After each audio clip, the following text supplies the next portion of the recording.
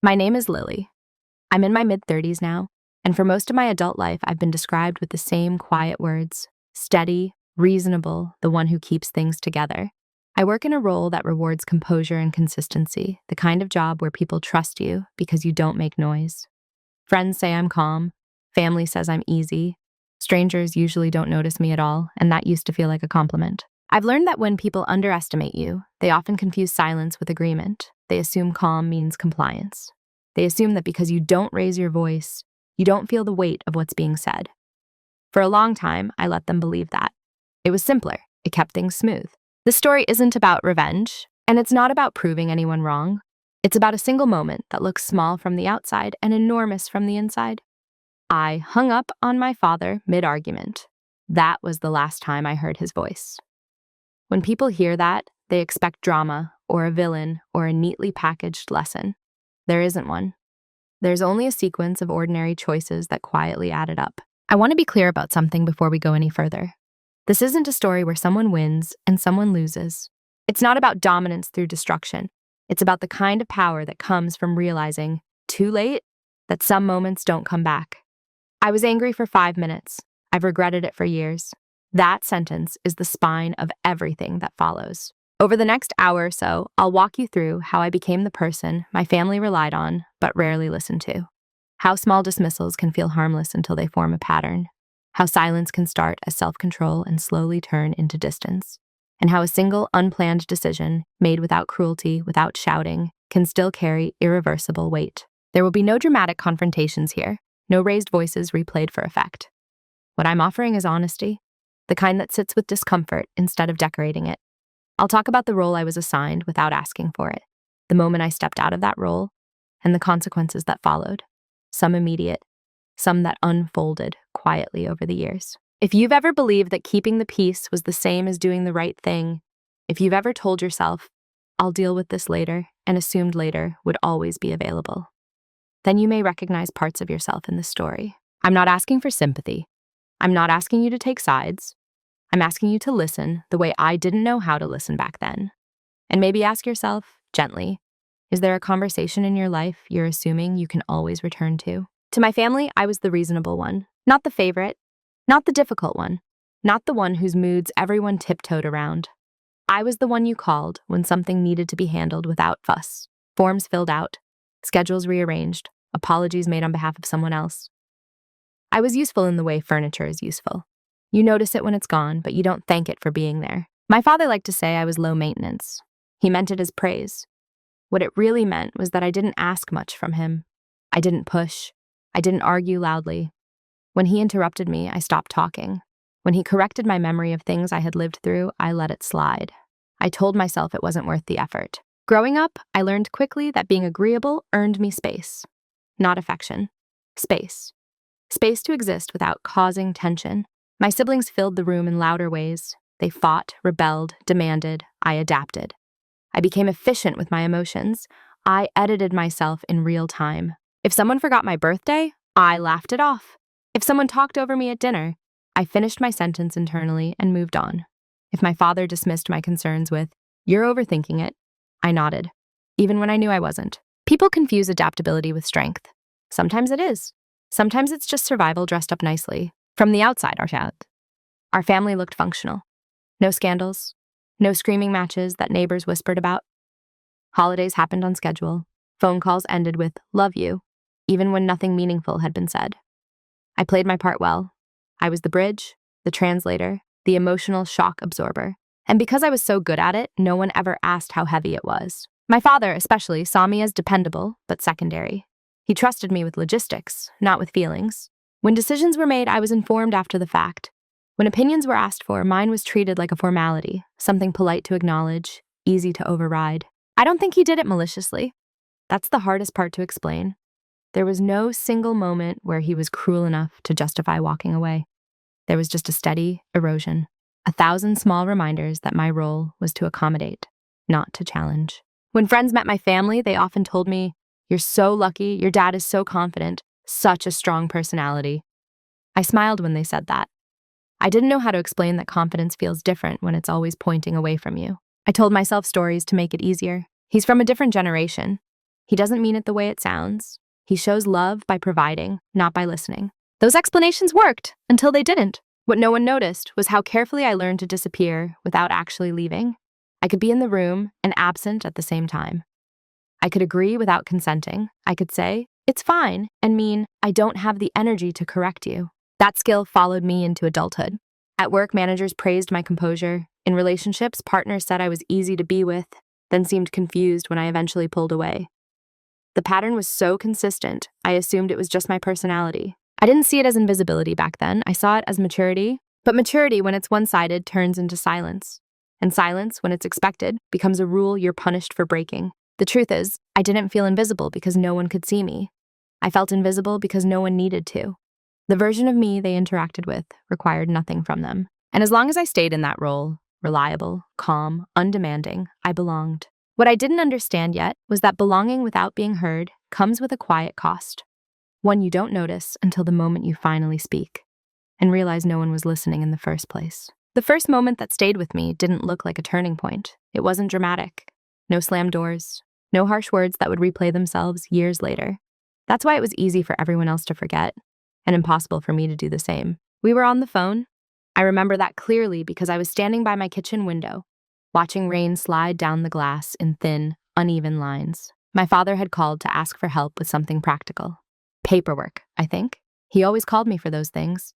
I listened, asked questions, and took mental notes. At some point, I mentioned, carefully, that the situation might be more complicated than he realized. I suggested a small change in approach. Not a challenge, just information. There was a pause on the line, then he laughed. Not cruelly, casually. The kind of laugh that says, "That's cute, but unnecessary." "You worry too much," he said. "I've been doing this kind of thing longer than you've been alive." It wasn't the words themselves. It was the finality in his tone. The way the conversation moved on immediately afterward was as if my input had been a brief interruption rather than part of the discussion. I remember opening my mouth to respond and then closing it again. Something in me registered the moment like a small internal click. Not anger, not hurt, more like data being logged. This is how this works, I thought. This is where my input ends. The call continued. We talked about logistics. We ended the conversation politely. He thanked me for my help. I said, "Of course." My voice sounded normal, even warm. After I hung up, I stood there longer than necessary, staring at the rain. I felt a strange urge to rewind the conversation, to find a version of myself that had insisted, gently, reasonably, on being heard. But the urge passed. It always did. I told myself it wasn't worth making things awkward. That was the first cut, not because it hurt deeply, but because it taught me something. It taught me that my role was to support, not to contribute. That I was welcome as long as I stayed within the boundaries already drawn for me. When I brought it up later, casually, in a conversation with my mother, she waved it off. "That's just how your father is," she said. "You know he doesn't mean anything by it." I nodded. I always nodded. Friends would have said the same thing. Pick your battles. He's set in his ways. It's not personal. But it was personal in the quiet way that accumulates. From that point on, I noticed more things. Not because they were new, but because I had learned what to look for. The way my suggestions were acknowledged and then ignored. The way my accomplishments were mentioned was briefly, then overshadowed by someone else's story. The way conversations pivoted away from my experiences as soon as they became emotionally inconvenient. No one else seemed bothered by it. That made it easier to doubt myself. Maybe I was being sensitive. Maybe this was just family dynamics. Maybe expecting to be fully heard was unrealistic. So I adapted. Again, I started pre-editing my thoughts before sharing them. I softened opinions into observations. I framed concerns as questions, then let them drop when they weren't picked up. I became very good at speaking in ways that left no trace. On the surface, nothing changed. Our relationship looked the same, regular calls, polite exchanges, occasional laughter, but something subtle had shifted in me. I stopped expecting depth, and when you stop expecting something, you stop preparing for it. You don't bring your full attention. You don't risk saying the thing that matters most. You conserve energy by staying on safe ground. The first small cut didn't bleed. It didn't scar visibly. It simply reduced the range of motion. I didn't know then how many more of those cuts would follow. I only knew that a line had been drawn, quietly, invisibly, and that I had stepped back from it without saying a word. Once you accept a pattern, it stops announcing itself. That's the most dangerous part. What begins as a single moment slowly becomes background noise. You don't flinch anymore. You don't even register it as disrespect. You tell yourself it's just how things are, the way gravity works, whether you believe in it or not. With my father, the dismissals became so consistent that they lost their edges. If I shared a concern, he'd counter with experience. If I offered a different perspective, he'd reframe it as unnecessary worry. If I spoke about how something made me feel, he'd redirect the conversation to how difficult things had been for him. There was never an apology because there was never, in his mind, an offense. I learned to anticipate the outcome before opening my mouth. That's when I started doing the math internally. Is this worth the effort? Will anything change if I say this? Most of the time, the answer was no. So I stayed quiet and congratulated myself on being mature. I even defended him, to myself and to others. He doesn't communicate emotionally, I'd say. He shows love differently. He grew up in a time when feelings weren't discussed. Those explanations became a script I repeated until it sounded like the truth. And in some ways it was. But it wasn't the whole truth. The part I left out was how lonely it feels to be understood only in theory, never in practice. What surprised me most was how easy it became. Silence is addictive when it's rewarded. Every time I chose not to push, the conversation stayed calm. No tension, no awkwardness, peace, at least on the surface. And peace, when you've been trained to preserve it, can feel like love. I noticed the shift most clearly during family gatherings. I'd sit at the table, listening as conversations flowed around me. When I spoke, there was often a brief pause, just long enough to acknowledge my presence. Before the topic moved on without incorporating what I'd said, I started timing myself, not consciously at first, just noticing that my contributions were shorter and safer, facts instead of feelings, neutral observations instead of opinions. It wasn't that I had nothing to say. It was what I had learned, saying it didn't matter. The strange thing is, no one asked why I'd become quieter. They seemed to prefer me that way. I was easy to have around. I didn't disrupt the mood. I didn't require adjustment. And because I was still physically present, still calling, still showing up, it never occurred to anyone that something was eroding, including me. I told myself this was adulthood. Those relationships mellow with time. That intensity fades, and what's left is a practical connection. I mistook emotional distance for stability. But there's a cost to constantly minimizing yourself.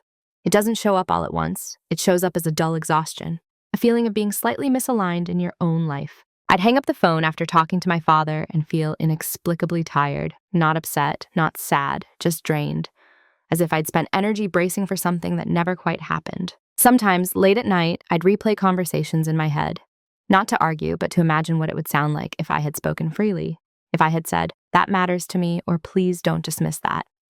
The imagined versions always ended the same way, with silence on the other end, or deflection. So I stopped imagining. That's how normalization works. You don't decide to accept less. You slowly forget what more felt like. The danger isn't that others cross your boundaries. It's that you quietly move them inward to avoid conflict. You make yourself smaller, more efficient, and easier to overlook. By the time you notice, the line is so close to you that stepping back feels like confrontation. I didn't see any of this as disrespect at the time. That word felt too strong. Disrespect implies intent. I told myself there was none. What I didn't understand yet was that impact doesn't require intention. Being unheard still reshapes you, even if no one meant for it to. And once you normalize that feeling, once you decide it's just part of the relationship, you also normalize the idea that your voice is optional. That belief settled into me quietly, comfortably, and it stayed there until something else, something I couldn't rationalize away, forced me to look at it directly. I didn't choose my role in the family. It was handed to me so early, so subtly, that by the time I noticed it, it felt permanent. I was the reliable one, the fixer, the person you called when something needed to be handled quietly and efficiently. If plans changed, I adapted. If someone forgot, I remembered for them. If emotions ran high, I absorbed the overflow. No one ever said, "This is what we expect from you." They didn't have to. Expectations reveal themselves through repetition. When my father needed help understanding a form, he called me. When there was tension between relatives, I was asked to smooth it over. When something went wrong, I was expected to understand why, and not make it worse. Understanding became my currency. I was praised for being level-headed and strong and not emotional like the others. Each compliment reinforced the same message. Don't need too much, don't disrupt. I didn't realize at first that these traits weren't being admired. They were being used. The role came with rules. I could give, but not ask. I could listen, but not require listening in return. I could show up, but only in ways that made things easier for everyone else. Anytime I stepped outside that role, even slightly, the reaction was see-through confusion. Is something wrong? You're taking this too personally. That's not like you. Those comments weren't a concern. They were correct. My father enforced the role without ever naming it. When I spoke calmly, he was comfortable. When I challenged something, still calmly, he grew distant, impatient, not angry, just closed. So I learned what kept the door open. I remember one particular evening when it clicked for me. We were discussing a family decision that affected me directly. I offered a perspective rooted in my own experience.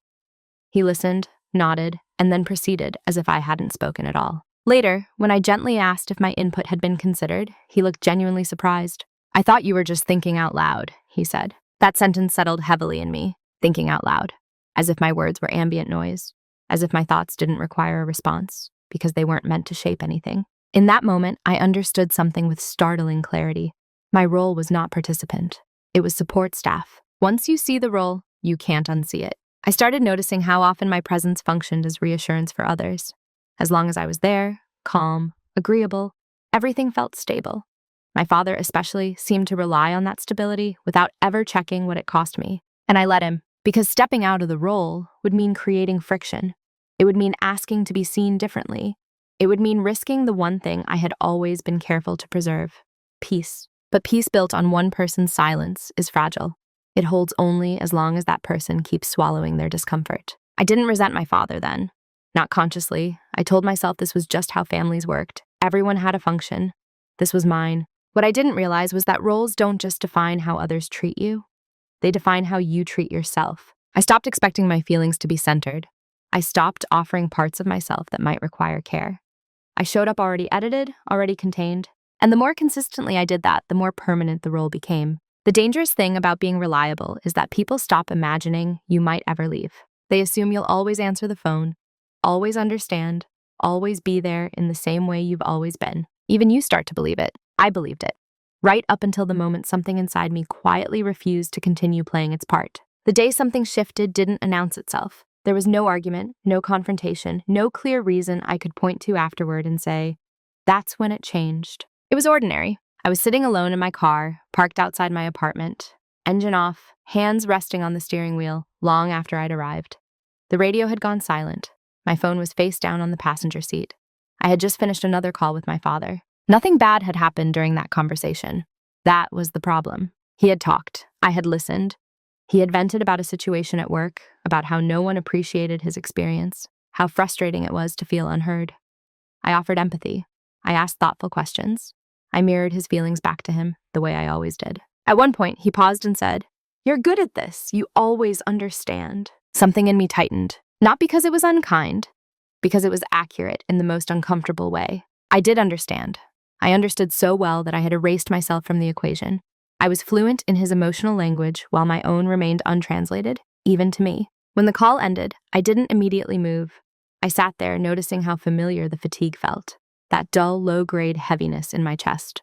The sense that I had given something without quite knowing what I'd received in return. For the first time, I didn't brush it away. I didn't tell myself I was being dramatic. I didn't rationalize it. I just stayed with the feeling, curious instead of dismissive. And a quiet question surfaced, one I hadn't allowed myself to ask before. When was the last time he tried to understand me? I searched my memory, not accusingly, just honestly.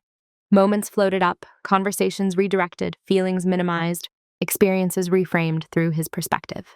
I realized how rarely he asked follow-up questions about my life unless they related to logistics or outcomes. I had known this intellectually, but knowing something and feeling it are different experiences. That was the shift. Not anger, not resentment, clarity. I saw the dynamic without excuses for the first time. Saw how much emotional labor I'd been performing and how little curiosity had been extended back toward me. I didn't confront him. I didn't rehearse a speech. I haven't even decided to change anything yet. All that happened was this. I stopped automatically volunteering my inner world. The next time we spoke, I answered his questions, but briefly. I listened, but I didn't expand. When there was a pause, where I would normally fill the silence, I let it remain. He didn't notice. Or if he did, he didn't comment. And that told me something else. The dynamic didn't depend on my silence because he needed it. It depended on my silence because it was convenient. That realization settled slowly, like dust in still air. Over the next few weeks, I paid attention. Not to him, but to myself. To the small impulses I usually ignored. The moments where I felt the urge to explain, to justify, to smooth. Each time I paused, not to punish anyone, just to observe what happened if I didn't step into the role automatically. What happened was nothing. Conversations continued, plans were made, life went on, and that was unsettling. It meant my constant effort hadn't been holding everything together the way I'd believed. It meant the peace I'd been protecting wasn't as fragile as I'd feared.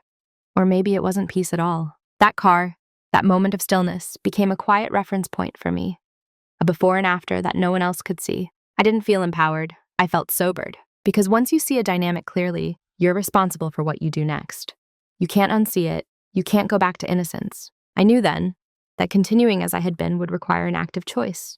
And for the first time, I wasn't sure I wanted to make it. Something had shifted, not outwardly, not dramatically, but enough to change the direction of everything that followed. There's a difference between being quiet because you're afraid to speak and being quiet because you're choosing not to. I didn't recognize the difference at first. The behavior looked the same from the outside. I still answered calls, I still showed up, I still listened, but internally, something had shifted position. Before, my silence had been reflexive, automatic, a way to avoid discomfort before it even surfaces. Now it was deliberate. I started noticing the moments where I could step in and deciding not to. When my father began the familiar monologue about how no one listened to him, I didn't rush to reassure him. I let him finish. When there was a pause, I didn't immediately validate or translate his feelings into something more palatable. I simply acknowledged, "That sounds frustrating," and stopped there. He often waited, as if expecting more. I let the silence sit. At first, it felt wrong, like withholding, like I was failing at something I'd trained myself to do well. I had to sit on my hands, literally sometimes, to keep from filling the space. But nothing terrible happened. He continued talking, or he changed the subject, or the call ended slightly earlier than usual. Life went on. What changed was how I felt afterward. I was less drained, less hollow, not lighter exactly, but more intact. Silence, when it's chosen, becomes a boundary.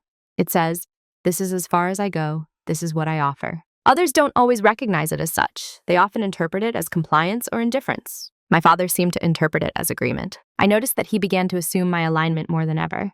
He'd say things like, "You know what I mean," or "You get it." Without checking if I did in the past, I would have corrected him gently if I didn't. Now I didn't. That wasn't manipulation. It was information gathering. I was learning how much of our connection was built on my active participation, and how little effort was required from him clarified everything. The more I withheld my emotional labor, the clearer the imbalance became. What surprised me most was how invisible the change was to everyone else. No one commented on my quieter tone. No one asked if something was wrong. The role still fit me well enough that small deviations didn't register. That invisibility used to hurt. Now it taught me something useful. It meant I could move without triggering alarms. I didn't announce boundaries. I didn't justify them. I simply stopped crossing my own. When he interrupted me, I didn't rush to finish my thought later. I let it drop.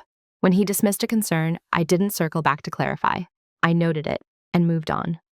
When conversations stayed surface level, I stopped trying to deepen them alone. To anyone watching, it looked like nothing. To me, it felt like reclaiming small pieces of myself. There was a quiet confidence in knowing I wasn't required to be understood to be valid, that I didn't have to make my inner world accessible to someone who hadn't shown interest in entering it. Of course, there were moments of doubt. Was I being passive-aggressive? Was I punishing him silently? Was I overreacting to something that didn't deserve this level of withdrawal? Each time I returned to the same question. Does speaking change anything here? The honest answer remained no. Silence, then, wasn't avoidance. It was accurate. I was matching the level of engagement that actually existed, not the one I'd been pretending was there. And here's the thing, no one tells you. When you stop over-functioning in a relationship, the imbalance doesn't disappear. It becomes visible. That visibility can be uncomfortable, for you and eventually for them. But at this stage, my father hadn't noticed. Or if he hadn't interpreted it as a shift. The structure of our relationship still worked for him. I was still there, still reliable, still calm, just no longer giving more than I had. That's what made the next phase possible, because when silence becomes a choice, it creates space.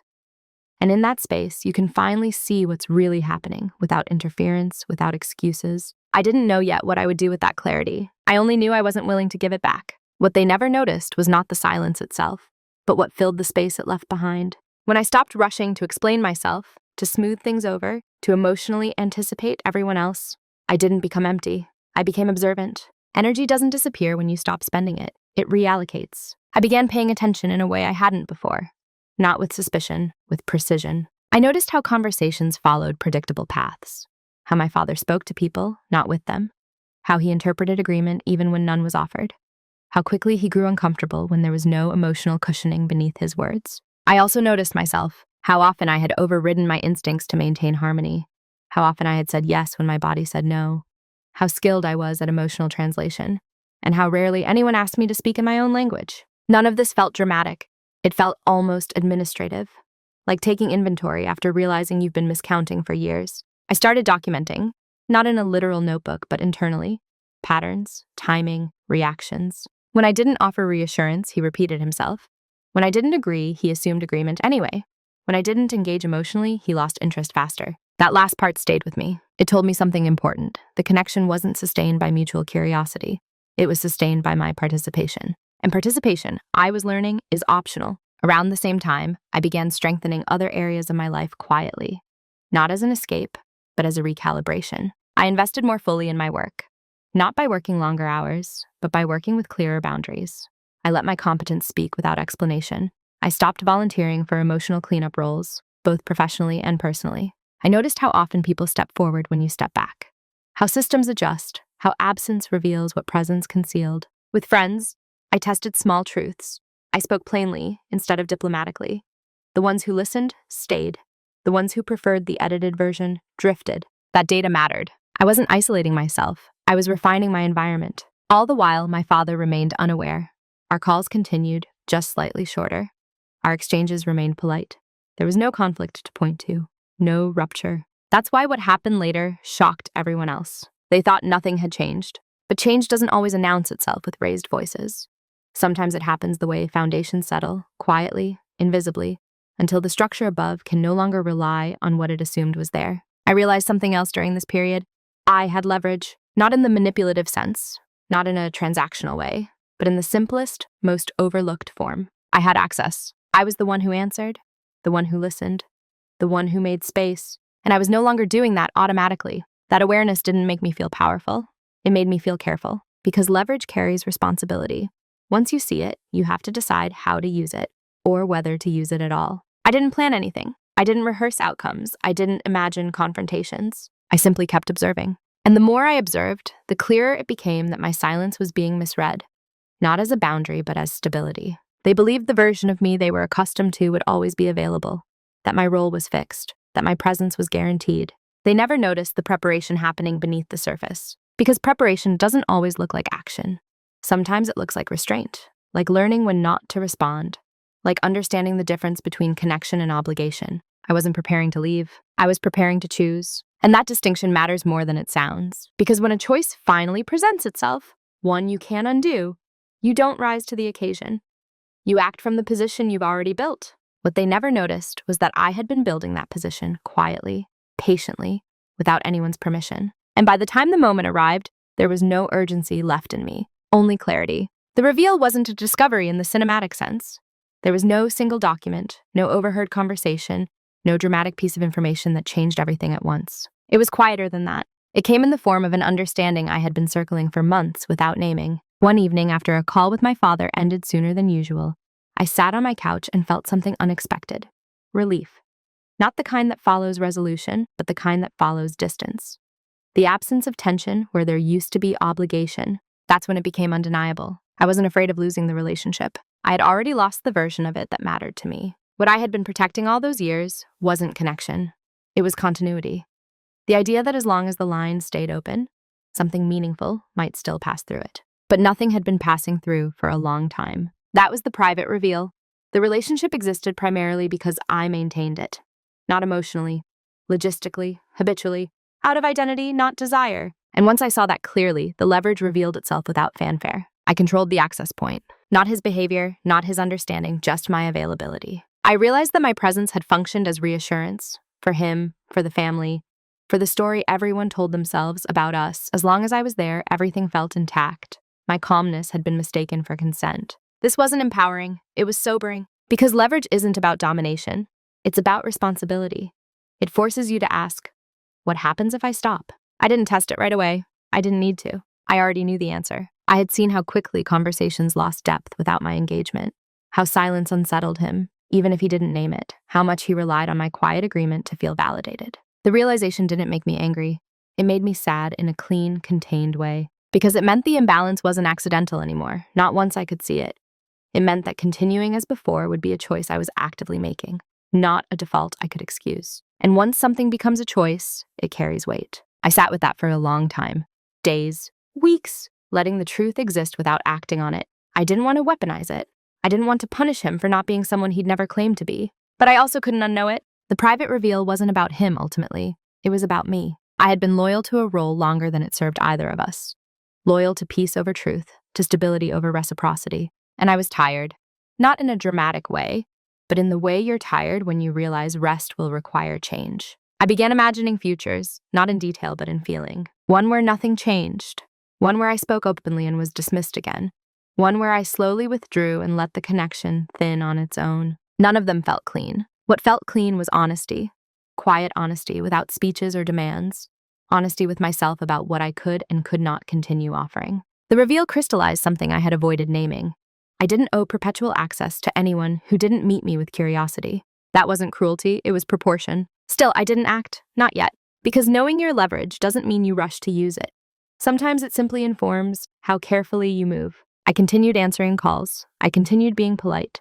But internally, something had shifted from patience to preparedness. I was no longer waiting for understanding. I was preparing for the moment when a line would be crossed.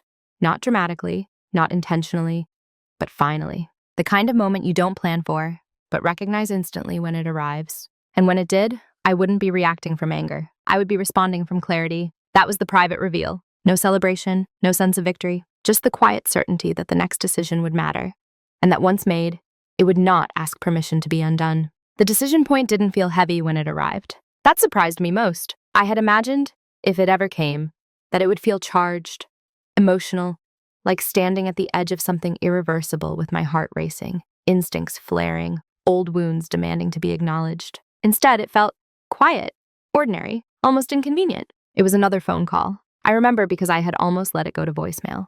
Not out of avoidance, just because I was tired and didn't feel like talking, but I answered, out of habit more than intention. My father was already frustrated when the call began.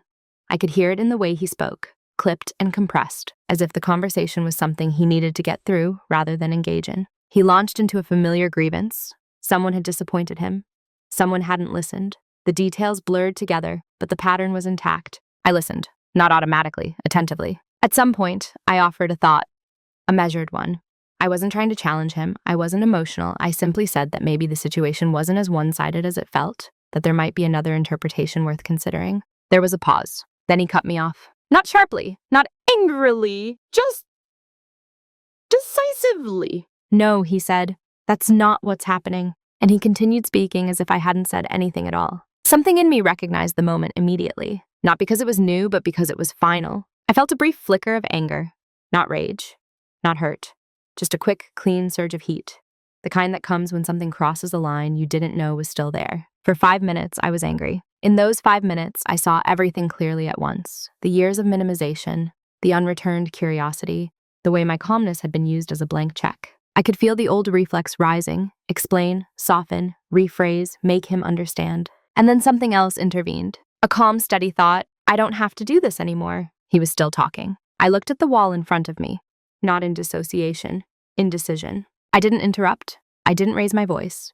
I didn't announce anything. I simply said, I'm going to hang up now. There was a split second of silence, just long enough to register surprise. Then I ended the call. That was it. No speech, no warning, no follow-up message. I sat there afterward, phone in my hand, breathing evenly. My heart wasn't pounding. My hands weren't shaking. I told myself it was the pause, that I would call back later, that this was just space. But somewhere underneath that thought, something deeper had already settled. The decision had been made, not to punish him, not to teach a lesson, but to stop participating in a dynamic that required my erasure. The anger passed quickly.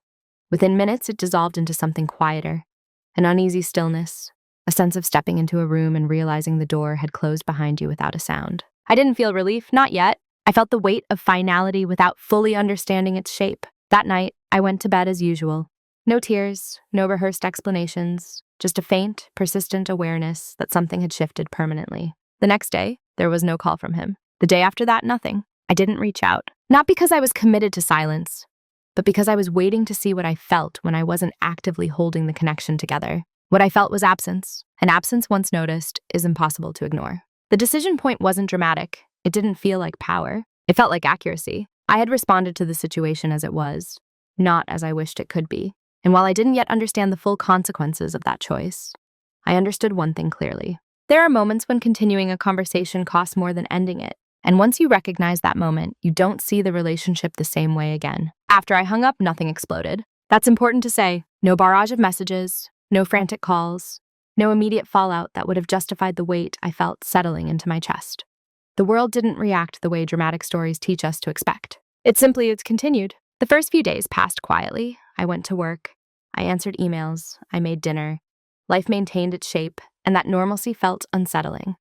I kept waiting for the moment when I'd feel compelled to explain myself, to smooth things over, to repair what I'd interrupted.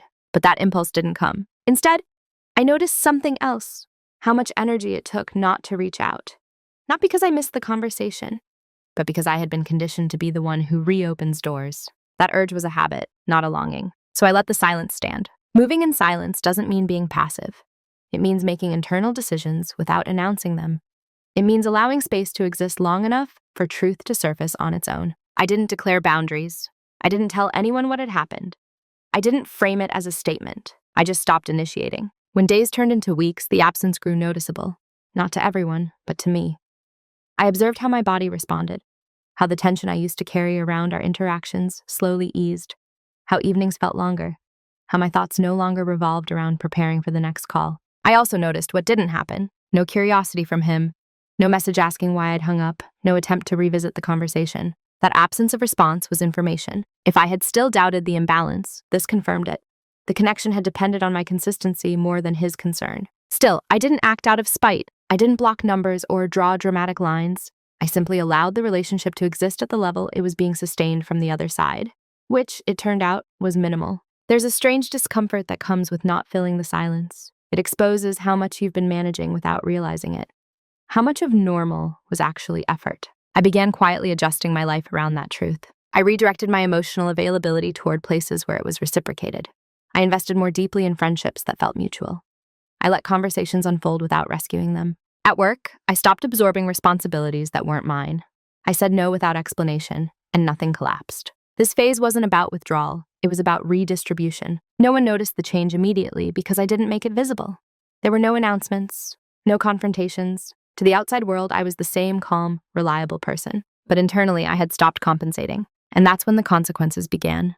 Slowly, quietly, without spectacle. I heard through others that my father was frustrated, that he felt out of the loop, that he didn't understand why I seemed distant. He never asked me directly. That, too, was in Berman. Moving in silence taught me something I hadn't expected. Closure doesn't always come from conversation. Sometimes it comes from behavior that's allowed to speak for itself. I wasn't trying to make a point. I was letting one land naturally. Each day that passed without contact made the choice feel less reactive and more real. The anger from that phone call faded completely. What remained was a sober awareness of consequence. Because silence isn't neutral when it replaces a role you've played for years. It changes the system by removing a support beam no one realized was load-bearing. I didn't yet know how far-reaching that change would be. I only knew that by not stepping back into the role automatically, I had altered the structure permanently. And structures, once shifted, don't return to their original shape just because someone wants them to. The consequences didn't arrive with confrontation. They arrived in confusion. At first, it was subtle. A question passed through someone else. A comment made in passing. Have you talked to your dad lately? He mentioned he hasn't heard from you. The tone wasn't accusatory. It was puzzled, as if a familiar pattern had glitched and no one knew why. I answered neutrally. Not recently. No explanation, no defense. That neutrality unsettled people more than anger would have, because anger fits a story, silence doesn't. My father, I learned, was unsettled too. Not openly, not enough to reach out directly, but enough to mention it to others. He framed it the way he framed most things that didn't make sense to him, as external disruption. She's busy. She's probably stressed. She'll call when things settle down. He assumed the distance was temporary, circumstantial. Something is happening to me, not something I had chosen. That assumption mattered. It meant he hadn't asked himself why the silence existed, only when it would end. As weeks passed, the absence started to create practical gaps. Information that used to flow through me no longer does. Updates were missed, decisions were made without my input, and then delayed because no one had anticipated the follow-up questions I usually handled. Small inefficiencies surfaced, nothing catastrophic, just enough friction to be noticed. And still, no one connected it to my absence. That's the thing about quiet roles. When you perform them well, people don't see the work. They only feel its absence when it's gone. I could sense the system straining, not breaking, just adjusting poorly. I didn't feel satisfaction watching this happen. I felt a muted sadness, because it confirmed what I already knew. My presence had been functional more than relational. I wasn't missed as a person. I was missed as a process. That realization stung in a very specific way. Not sharply, not dramatically, just deeply. My father's frustration, I heard, had turned inward, but not introspective. He was irritated with the circumstances, with timing, with other people. Anyone but me. I waited. Not to punish, to see whether curiosity would surface. It didn't. What surfaced was the inconvenience. And inconvenience is often the first thing people feel when they lose something they assumed would always be there. One afternoon, I received a message from a relative asking if I could check in on him. The implication was gentle, but clear. This is your role. I stared at the message longer than necessary. Then I replied, I'm sure he'll reach out if he wants to talk. That was all. I didn't feel empowered sending it. I felt resolved, because stepping back had clarified something I couldn't have seen otherwise. My silence was being treated as a malfunction, not a boundary. No one was asking what had changed. They were waiting for me to fix it. And for the first time, I didn't. The consequences continued unfolding quietly. Family conversations shifted tone. My name came up with uncertainty instead of assumption. Plans were made without me, then awkwardly adjusted when someone realized I hadn't been consulted. I was no longer the default. That loss of default status was more destabilizing than any argument would have been. For them. For me, it was grounding, because it meant the relationship had finally moved out of autopilot. Even if no one had acknowledged it yet, the old structure no longer held. I didn't know then how far this would go. I didn't yet understand that some opportunities for repair have expiration dates. Not because of anger, but because of timing. All I knew was this. Once people experience the consequences of your absence, they either seek understanding or they seek restoration of convenience. And the difference between those two responses tells you everything you need to know. By the time concern appeared, it arrived tangled with urgency. Not understanding urgency, it came indirectly, the way most things had begun to come now. A message passed through someone else. A suggestion that maybe I should clear the air. A reminder that my father wasn't getting any younger. That last one landed differently, because it wasn't new information. It was leverage disguised as concern. For the first time since the call, I felt something tighten in my chest. Not anger, fear. The old reflex stirred. Don't let this go too far. Don't make this permanent. I sat with that feeling carefully. I asked myself a question I hadn't asked before. What would fixing it actually require? The honest answer was uncomfortable. It would require me to resume my role, to explain myself gently, to soften the impact of his dismissal, to reassure him that nothing fundamental had changed, even though it had. Fixing it would mean pretending the hang-up was an overreaction, rather than a boundary reached after years of quiet compromise. And I couldn't do that anymore. Still, doubt crept in. I imagined a version of the conversation where I called him, where we talked it through calmly, where he listened this time, where he said something like, I didn't realize, I'm sorry. That version felt soothing, but also implausible. I hadn't cut contact dramatically. I hadn't blocked him. The door wasn't slammed. If he wanted to understand, he could have knocked. He didn't. Instead, the pressure increased. I was told he was confused, that he felt hurt, that he didn't know what he'd done wrong. Those statements were true and incomplete. He didn't know because he hadn't asked. Because in our history, my discomfort had always been managed silently, absorbed without requiring his attention. He was experiencing the consequences of a pattern he had never needed to examine, and I was being asked to resolve that discomfort for him. That's when I realized something irreversible had already happened. Even if I reached out now, it wouldn't be repaired. It would be a reversal, a return to the old equilibrium where my clarity was exchanged for his comfort. And I knew, deeply, quietly, that I wouldn't survive that trade a second time. The hardest part wasn't the silence.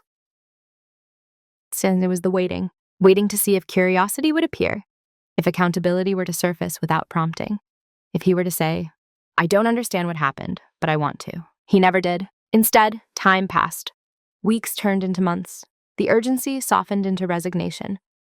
The suggestions to fix it became less frequent, then stopped. People adjusted, and that adjustment carried its own grief, because it meant the opportunity for a different outcome had closed, not with a bang, but with a fade. I understood then why some things can't be fixed after a certain point, not because they're broken beyond repair, but because the conditions for repair are gone. Repair requires mutual willingness, mutual effort, mutual humility. What remained was asymmetry. I didn't feel triumphant, I felt older. I began to understand regret, not as self-blame, but as the cost of delayed honesty. There were moments I wished I had spoken sooner, moments I wondered if 5 minutes of anger had outweighed years of restraint. In between moments, I replayed that hang-up and imagined saying one more sentence before ending the call. But those thoughts didn't change the truth. The truth was that the relationship had been running on borrowed time long before that call. The hang-up didn't end it, it revealed it. And by the time anyone tried to fix it, they weren't trying to understand what had been lost. They were trying to restore what had been convenient. That distinction matters, because not all regret means you made the wrong choice. Sometimes it means the right choice came with a loss you didn't fully anticipate. And once you see that clearly, there's no way back, only forward, carrying both the clarity and the weight it came with. The confrontation, when it finally happened, wasn't the kind of confrontation people imagine. There was no raised voice, no rehearsed speech, no moment where everything spilled out at once and left the room scorched. It happened quietly, almost accidentally. Months had passed, enough time for the absence to become familiar, enough time for my internal position to feel settled rather than reactive. I wasn't bracing anymore. I wasn't waiting. I was steady. The message came first, short, practical, as if nothing unusual had occurred. "Can we talk?" I didn't respond right away, not to assert control, but to check myself, to make sure I wasn't answering from habit or fear or hope. When I did agree, we spoke on the phone.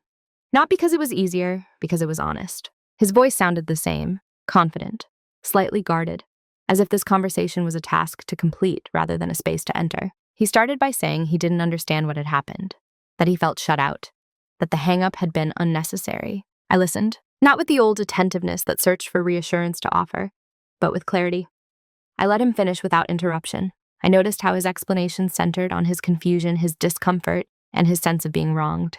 When he stopped, there was a pause. In the past, I would have filled it, softened things, reframed, taken responsibility for the emotional temperature of the room. This time I didn't. I said calmly, "I didn't hang up to hurt you. I hung up because I realized I wasn't being heard, and I couldn't continue the conversation as it was." That was it. No list of grievances, no emotional history lesson, no attempt to convince him. He responded with defensiveness. Not explosive, just firm. He said he'd always done his best, that he didn't see things the way I did, that he felt blindsided. I didn't argue. "I believe you," I said, "and I also believe my experience." That sentence changed the tone more than anything else could have, because it didn't ask him to agree. It didn't accuse him of intent. It simply refused to invalidate me. There was a long silence. In that silence, I felt something I hadn't expected. Sadness without urgency. Compassion without self-erasure. I told him, briefly, that I'd spent years making myself easier to hear by saying less. That the hang-up wasn't about that one moment, but about realizing I no longer wanted to participate in conversations where my presence required my disappearance. I didn't raise my voice. I didn't ask for an apology. I didn't demand change. I stated a boundary, not as a threat, but as information. He didn't respond the way people hope for in these stories. There was no sudden understanding, no emotional breakthrough. He said he needed time. I said I understood. And for the first time in our relationship, that was true in a balanced way. The call ended politely, almost formally. When it was over, I didn't feel closure in the cinematic sense. I felt alignment. The confrontation hadn't been about winning or being validated. It had been about showing up fully, without armor, without retreat. And regardless of what happened next, I knew I hadn't abandoned myself in that conversation. That mattered more than the outcome. Because sometimes the quietest confrontation is the one where you no longer fight to be understood, only to be honest. And honesty, when delivered without heat, has a way of standing on its own. I don't tell this story because I'm proud of how it ended. I tell it because it changed how I live. Who I am now isn't defined by distance or by defiance. It's defined by proportion, by giving only what I can give without losing myself. After that conversation, things didn't resolve neatly. We didn't rebuild something new, and we didn't formally end what had existed.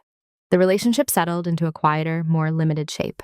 Occasional updates, polite exchanges, fewer assumptions. It's not the relationship I once hoped for, but it's honest. What changed most profoundly wasn't my connection to my father. It was my relationship with myself. I no longer confuse calm with obligation. I no longer believe that being easy is a virtue if it costs me my voice. I've learned that silence can be powerful, but only when it's chosen, not imposed. I'm still the person people describe as steady. I still listen well. I still value peace. But I no longer earn peace by disappearing. In my work, I speak when something matters, even if my voice shakes slightly. I don't pre-edit myself to fit expectations. I allow disagreement without treating it as failure. In my personal life, I pay attention to reciprocity. Not in a transactional way, but in an energetic one. If I'm the only one holding space, I notice. If curiosity doesn't travel both directions, I don't chase it. That doesn't mean I'm closed. It means I'm selective. I often think about those 5 minutes of anger, how small it was, how permanent it felt afterward, how many years of regret it carried with it. And here's the truth I had to learn slowly. Regret doesn't always mean you were wrong. Sometimes it means the cost of self-respect is real. I regret the finality of that moment. I regret not finding words sooner when there was more room for them to land. I regret assuming time would always be available, but I don't regret choosing not to betray myself again. Both things can exist at once. That's adulthood, not certainty, but complexity, held with care. If I could speak to my younger self, I wouldn't tell her to speak louder or fight harder. I'd tell her to notice sooner, to trust the quiet signals before they require dramatic action. And if I could speak to my father again in that moment, I wouldn't change the outcome. I'd change the lead up. I'd stop shrinking years earlier. Who I am now is someone who understands that relationships don't end in one moment. They end in a series of small decisions, most of them invisible at the time. I carry that understanding with me. It informs how I show up, how I listen, and how I leave. There's no bitterness here, just a sober respect for consequence. And a commitment to myself to never again confuse endurance with love. There are moments in life that don't feel important when they happen. They don't announce themselves. They don't come with music or warning. They slip into existence quietly, wearing the disguise of the ordinary. And years later, you realize they were crossroads. The day I hung up on my father lasted only seconds. The anger that fueled it lasted maybe 5 minutes. The consequences of it, both the clarity and the regret, have lasted much longer. I've learned that regret is not always a sign that you made the wrong decision. Sometimes it's the echo of a decision that finally tells the truth. What I regret most is not the boundary itself. It's the silence that came before it. The years I spent editing myself so thoroughly that the only way out left no room for softness. When you stay quiet for too long, your voice doesn't disappear. It waits, and when it finally speaks, it doesn't always do so gently. That's the part I carry with me. I carry the understanding that relationships are not sustained by intention alone. They are sustained by attention, by curiosity, by the willingness to hear something that might be inconvenient. Love without listening is fragile. It can exist for years, even decades, but it collapses the moment one person stops holding it up alone. If there's a moral here, it's not cut people off or always speak your mind. It's simpler and harder. Don't trade honesty for harmony so long that honesty has no place left to land. Because one day, you may find yourself choosing between silence that erases you and words that arrive too late to repair what they reveal. And that choice will change you. I'm not sharing this story to warn you away from anger. Anger is information. It tells you where a line exists, but it's not meant to carry the full weight of truth by itself. If you're listening to this and thinking about someone you've been quiet with, someone you keep accommodating because it feels easier, I hope you don't wait for the breaking point to speak. Not because the breaking point is dramatic, but because it's irreversible. Some conversations can be postponed, some cannot. And sometimes the greatest act of care for yourself and for others is to speak while there's still time for the words to be received. I'll leave you with this, not as a lesson, but as an invitation. Have you ever stayed silent to keep the peace and later realized the cost of that silence? If you feel comfortable, share your experience in the comments. You never know who might recognize themselves in your story and choose to speak sooner because of it.